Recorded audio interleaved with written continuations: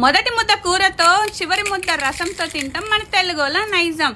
చివరి ముద్ద రసంతో తింటే ఆ కిక్కే వేరబ్బా అన్నట్టు ఉంటుంది కదా. ఇప్పుడు మొత్తం అన్నం రసంతోనే తినేలా చేసుకుందాం పదండి. రసం రైస్ ముందుగా బియ్యాన్ని కడిగేసేవాళ్ళు. బియ్యంలో కొంచెం కందిపప్పు పెసరపప్పు వేసి కడిగి పక్కన పెట్టేసేయాలా.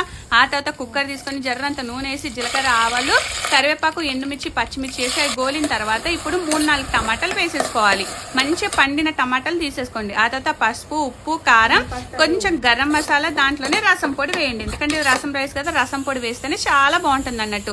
మంచి టమాటాలని చక్కగా మగ్గనివ్వాలి. అలా చూసారా ఎంత బాగా మగ్గినో. ఇప్పుడు ఏం చేయాలంటే మనం కడిగి పెట్టుకున్న బియ్యం ఉంది కదా, ఆ బియ్యాన్ని అంతా అందులో వేసి 1 కప్పు బియ్యానికి 5 కప్పుల వాటర్ పడతాయి. మెత్తగా ఉంటేనే బాగుంటుంది. కొంచెం చివరిగా చింతపండు రసం పోసేసి మూత పెట్టి కుక్కర్ని 3-4 విజిల్స్ వచ్చే వరకు ఉంచి పక్కన పెట్టేసేయండి. ఇప్పుడు చిన్నగా తాలింపు పెట్టేసుకుందాం. కొంచెం నూనె వేసి జీలకర్ర ఆవాలు దంచుకున్న వెల్లుల్లి కరివేపాకు ఎండుమిర్చి ఇంగువ వేసేసి తాలింపు దింపేసుకొని ఇప్పుడు అన్నం ఉడికిందేమో చూసుకొని ఆ అన్నంలో ఈ తాలింపు వేసేసుకోవాలి. తాలింపు వేసేసుకొని సన్నగా తరుముకున్న కొత్తిమీర వేసేసుకొని తింటే రసం రైస్ ఉందండి. కిర్రాగ్ ఉంది. అప్పడం నలుచుకొని తింటే ఇంకే ముద్ద